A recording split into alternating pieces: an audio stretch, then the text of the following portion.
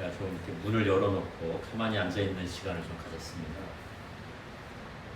문을 활짝 열어놓으니까 시원한 바람이 불어오더군요. 요즘 그렇죠? 눈을 들어 이렇게 하늘도 봤는데 목요일로 굉장히 화창했던 것 같은데 금요일 날은 그렇게 하늘이 화창하지는 않았습니다. 근데 제 느낌에는 여름이 지나갔다 이렇게 얘기하는 듯했습니다. 또 앞에 이렇게 나무들의 잎사귀를 보니까 가을을 준비하고 있는 듯한 느낌을 받았습니다. 색깔이 달라져 있는 모습을 좀 보았습니다. 참 평화로운 시간을 잠시 가졌습니다. 금요일 아침 시간, 제 육신도 평화로웠지만 제 영혼도 평화로운 시간을 즐겼다고 고백을 합니다. 여러분도 이런 평화로운 시간을 좀 종종 가지세요? 우리 토마님은 요즘 그런 시간 많죠? 그렇지 못해요. 오늘 저는 약간 좀 늘 제 설교가 좀 무겁습니다만 오늘은 약간 또 무거운 말씀을 좀 전할 것 같아요. 지금으로부터 굉장히 빨리 지나갔는데 24년 전입니다. 24년 전 2001년 9월 11일 화요일 오전 8시 기억하실 겁니다. 납치된 항공기들이 뉴욕 맨하탄에 위치한 큰 빌딩이죠. 세계 무역센터 건물과 충돌합니다. 우리는 그 영상을 다 봤죠. 테러 사건으로 가장 유명한 사건으로 기록되는 9.11 테러가 일어났습니다. 아비규환, 이걸 어떻게 표현할까? 아비규환. 자료를 제가 다시 더듬어 찾아보니까 그 자리에서 돌아가신 분들이 3,000명이었고 다친 사람들, 다쳤다라는 게 약간 상처 나서 금방 치료가 된 게 아니라 장애가 많고 이런 최소 6,000명이 이렇게 다친 엄청난 사건이었죠. 끔찍한 사건이었습니다. 당시 그 9.11 테러가 발생하고 나서 당시 미국 대통령이었던 부시는 2001년 9월 20일, 9월 11일 날 발생한 거고요. 9월 20일 테러와의 전쟁을 선언합니다.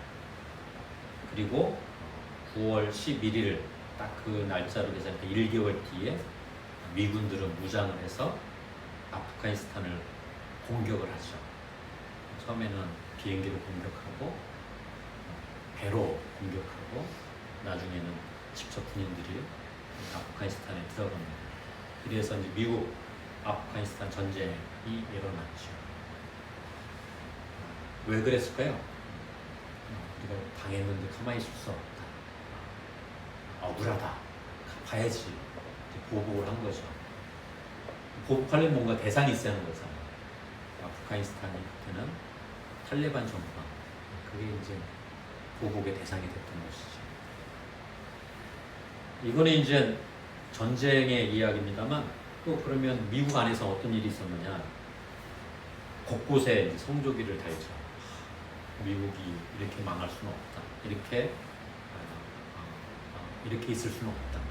성조기를 각각 집집마다 달고 차에도 붙이고 우리는 죽지 않는다. 우리는 다시 살아날 것이다.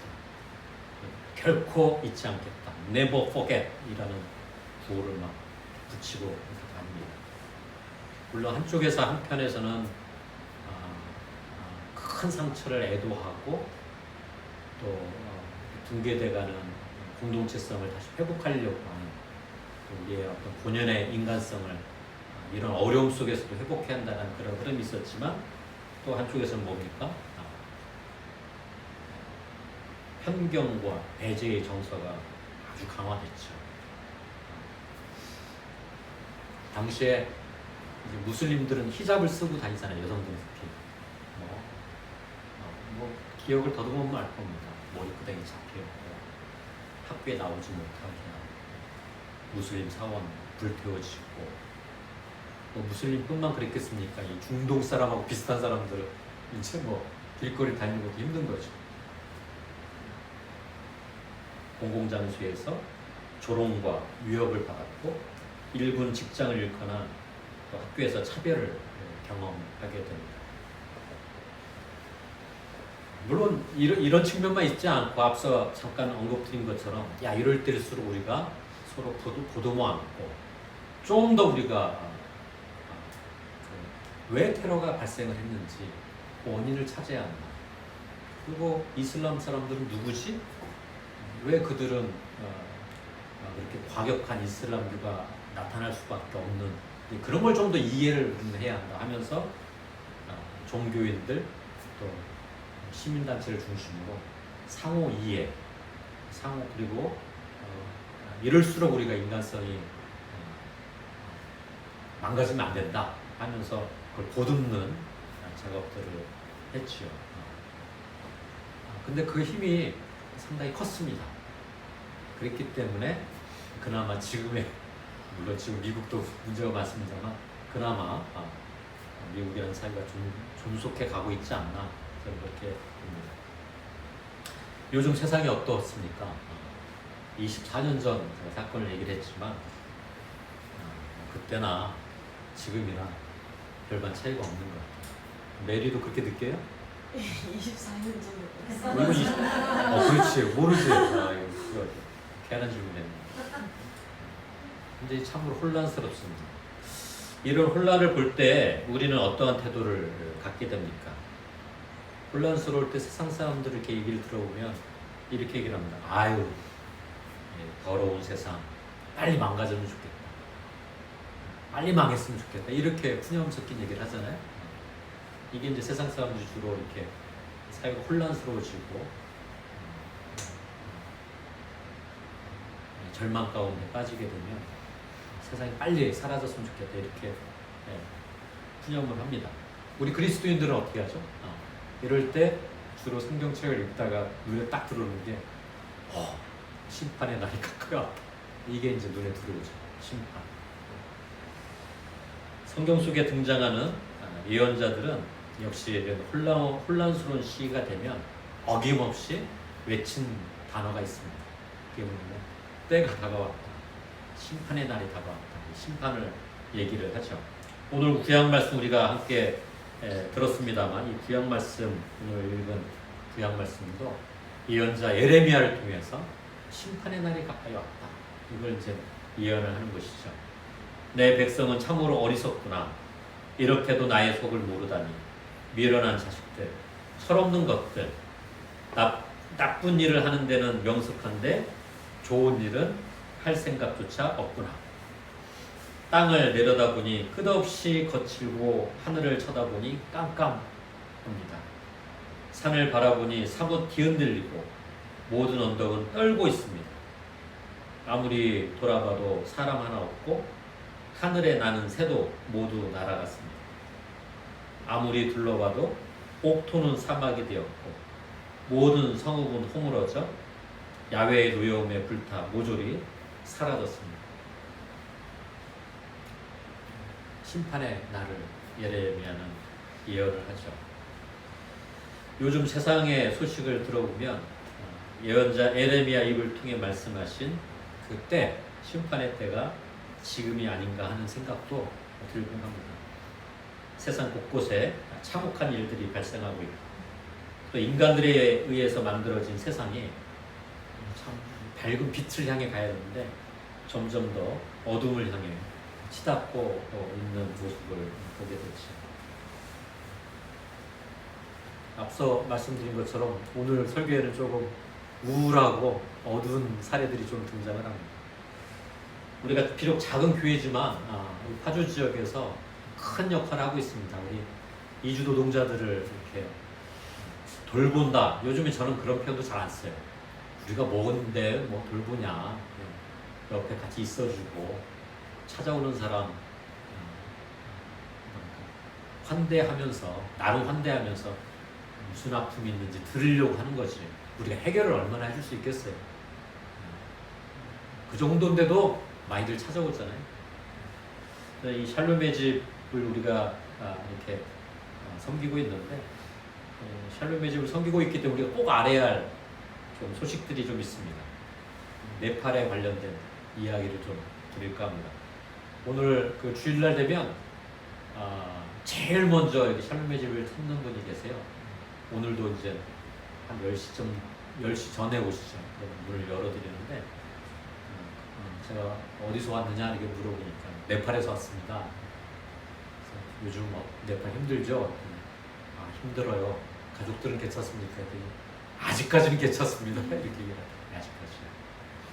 2023년 지금으로부터 올해가 2025년이니까 2년 전 2023년 12월에 네팔에 큰 시위가 발생을 합니다. 그리고 그 시위 때문에 2명이 죽고 많은 사람이 다칩니다. 왜 그때 시위가 일어났느냐? 다른 게 아니에요. 한국어 시험을 보게 해달라. 이 시위를 한 거예요. 2023년 12월에 한국어 시험을 보게 해주십시오. 이 시위를 한 거예요. 수만 명이 모여가지고 어디에 모였냐면 한국어 시험을 보는 센터가 있어요. 그 센터 앞에 모여서 우리도 한국어 시험을 보게 해달라. 근데 이제 네팔 경찰들이 이제 그걸 그냥 시위하도록 잘 안내하면 좋은데 강경 진압을 합니다. 그래서 이제 2명씩이나 죽고 수많은 사람이 다쳤는데 왜냐하면 그 당시에 어쨌든 한국을 오려면 한국어 시험을 봐야 돼요. 이제 한국어 시험을 보면 떨어질 수 있잖아요. 처음에 패스를 못 할 수 있어요. 그리고 여기 오시는 분들이 한국어를 아주 능숙하게 하는 거 아닙니다. 우리 이제 운전면허 시험을 보듯이 적정 수준만 되면 되는 거예요. 요즘에 한국어 가르치는 학원들이요. 그래서 이 센터 주변은 캄보디아 갔다, 베트남이 됐다, 네팔이 됐다, 그득합니다. 근데 그런 데서 막 돈 내고 공부를 한 다음에 1년에 한 2번 정도 시험을 보는데 그때 딱 시험을 봐서 합격을 해야 그나마 한국에 올 수 있는 표가 생기는 거예요. 근데 이때 어떤 공지가 나가냐면 한 번 떨어진 사람은 1년 동안 시험을 못 본다. 이게 한 거예요. 그러니까 이 사람들은 이 그 센터가 무슨 뭐 지방마다 하나씩 다 있겠어요. 그렇지 않잖아요. 우리로 말하면 서울에 하나 딱 있는 건데 거기 한국어 시험을 보려고 몇 달 전부터 짐을 바리바리 싸고 우리로 말하면 고시원 같은 데서 먹고 자고 하면서 속성으로 이제 한국어 교육도 배우고 했는데 떨어졌어. 근데 1년 동안 시험을 못 본다. 그러면 1년 동안 어떻게 해요? 그게 다 돈이잖아요. 그러니까 재응시를 할 수 있도록 해달라고 시위를 했던 것이죠. 근데 전에는 다 재응시가 가능했던 거거든요. 근데 그때 그 당시에 시험을 보려고 몰려든 사람이 3만 명이었어요. 그러니까 아마 좀 인원 조정을 하려고 이렇게 공고를 한 것 같은데 그게 이제 행정하는 사람 입장에서는 쉽게 결정할 수 있겠지만 그 당사자는 그렇지 않은 거죠. 한국어 시험 그게 뭐라고 사람이 죽는 일까지 발생했을까? 최근에 이거는 이제 최근입니다. 아까 지금 말씀드린 2023년 12월에 있었던 일. 최근에 네팔에서는 대규모 반정부 시위가 발생했죠. 여러분 다 언론을 통해서 듣고 계시죠? 그래서 수많은 사람이 죽고 다쳤습니다. 네팔 총리는 사임을 했고 관공서들은 불타고 이런 모습을 보였죠. 이 시위를 주도했던 세대가 이제 Z세대. Z세대가 다른 게 아니에요. 이제 메리 또래 또는 메리보다 약간 뭐 나이 있는 그런 세대들입니다. 왜 했느냐 이렇게 찾아보니까 SNS 우리가 주로 하는 게 페이스북 또 뭐 하죠? 페이스북 말고 인스타 우리로 말하면 이제 카카오톡 뭐 이런 것들인데 이런 것을 통해서 이제 반정부적인 또는 사회 불평과 관련된 것들이 막 회자가 되니까 이제 중국은 그걸 통제하고 있거든요. 이제 중국처럼 네팔도 등록된 것만 할 수 있어 하고 딱 차단을 했던 거예요. 그러니까 이 Z세대들이 이게 뭐냐 하면서 시위를 하게 됐다라는 이야기를 듣습니다. 그러나 단순히 이런 SNS 계정을 차단하고 제한을 뒀기 때문에 시위가 발생했다고만은 볼 수 없습니다. 앞서 제가 말씀드린 것처럼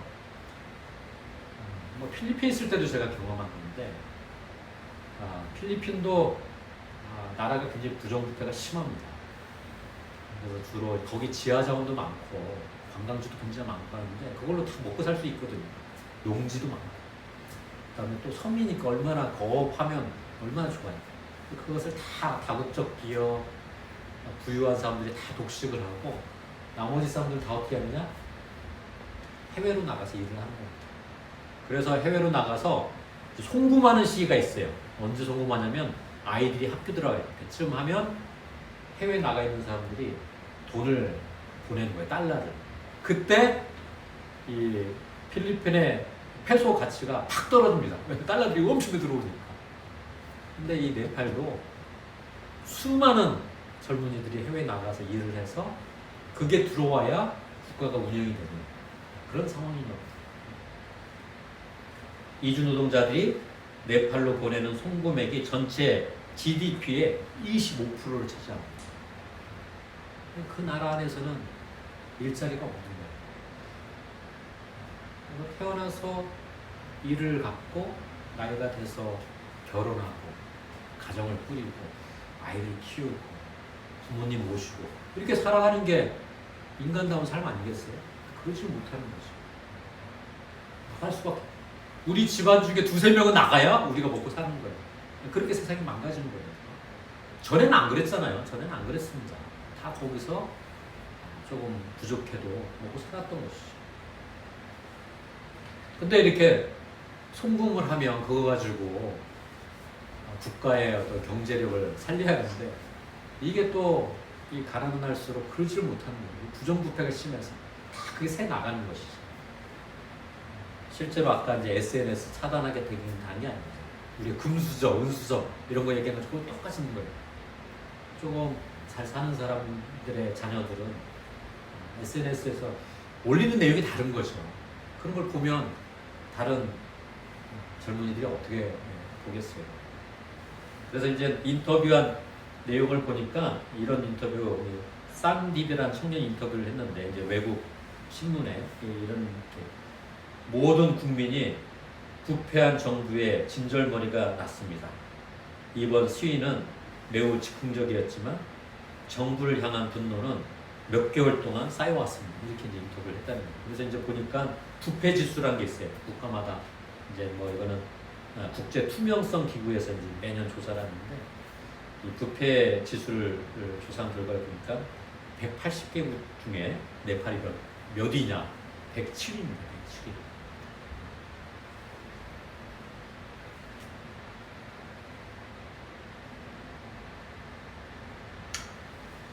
그래서 제가 이제 네팔과 관련해서 조금 자료를 좀 더 찾아봤어요. 찾아봤는데 이 워낙 외국으로 일하러 많이 나가니까 거기 어떤 부서가 있냐면 네팔 외국인 고용 촉진위원회라는 게 있습니다.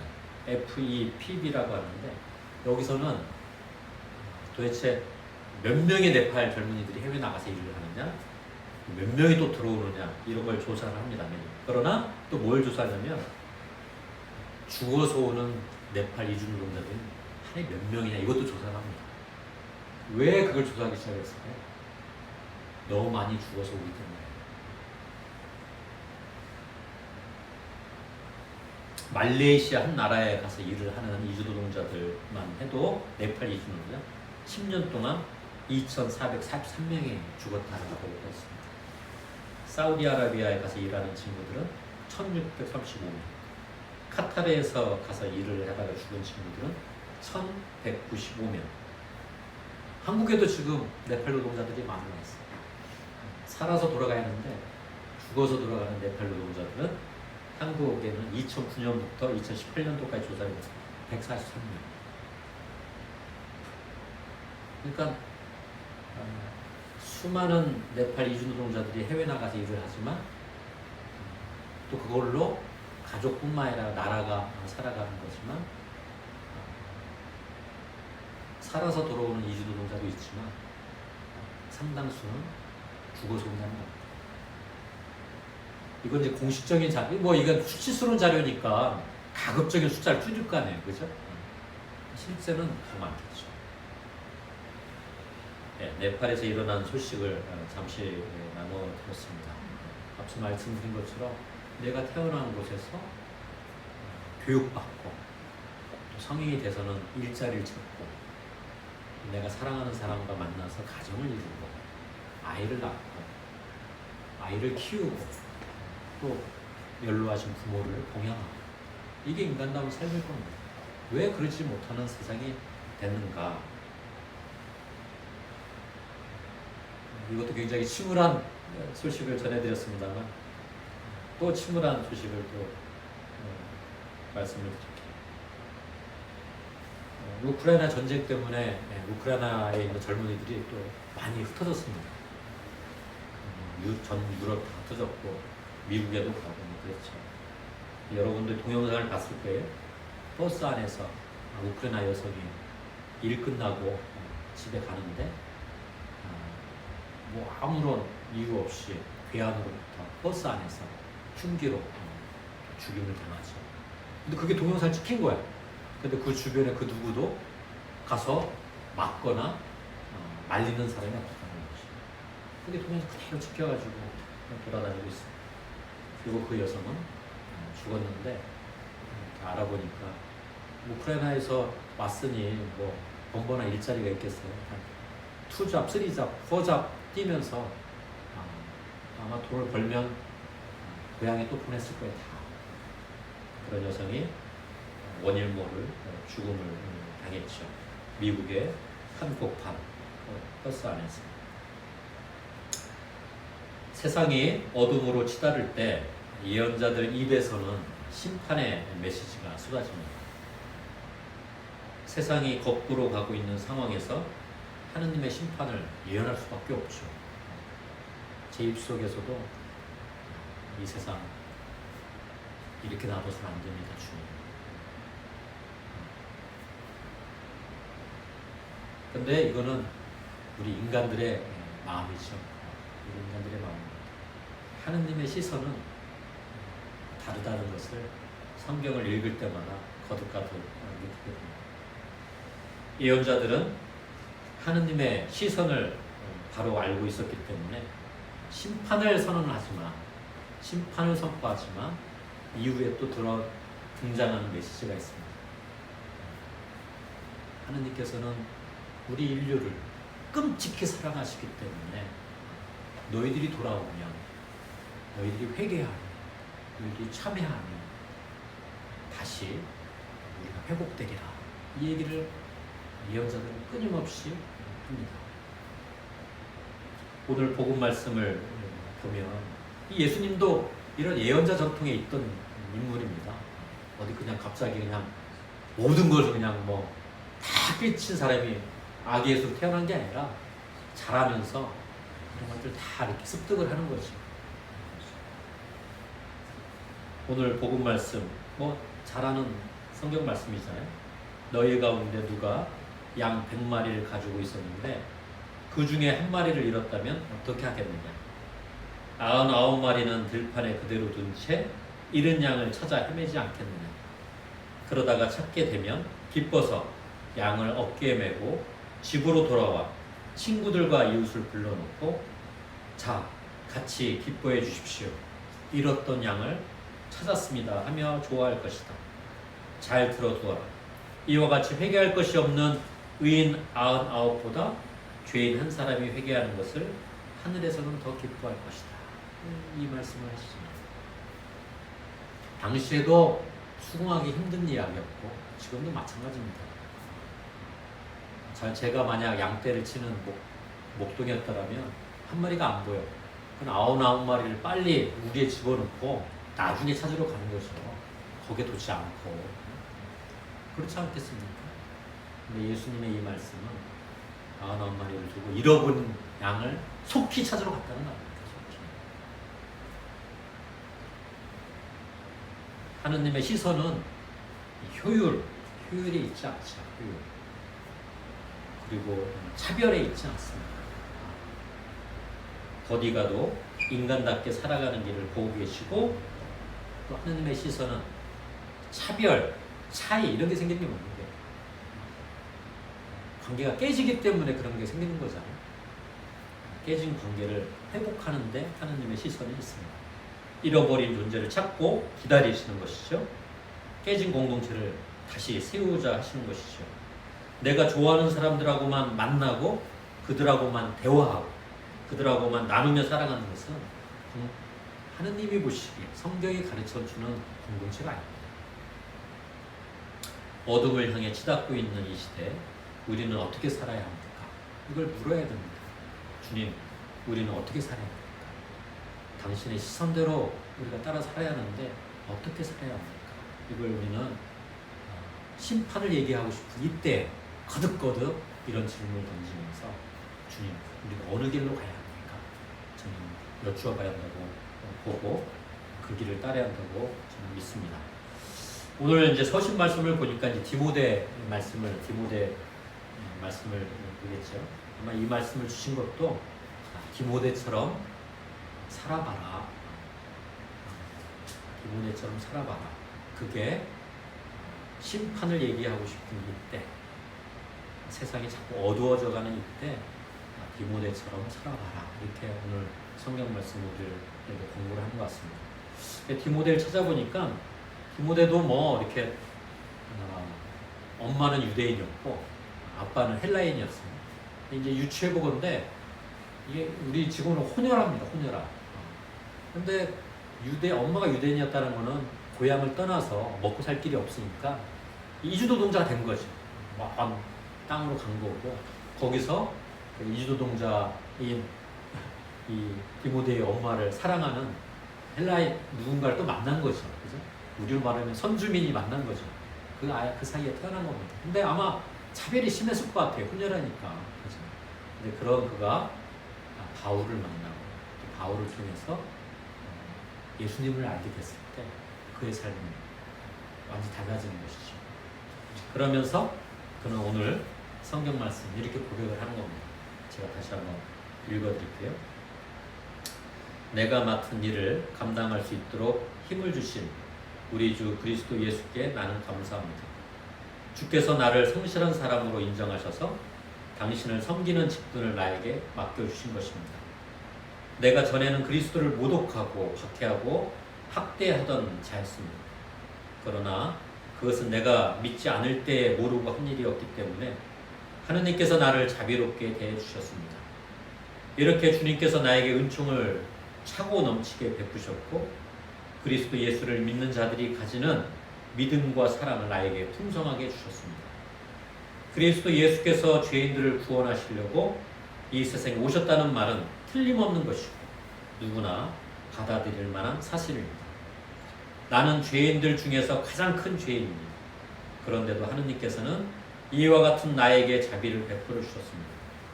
그리스도 예수께서는 앞으로 당신을 믿고 영원한 생명을 얻으려는 사람들에게 나를 본보기로 보여주시려고 먼저 나에게 한량없는 관용을 베푸신 것입니다.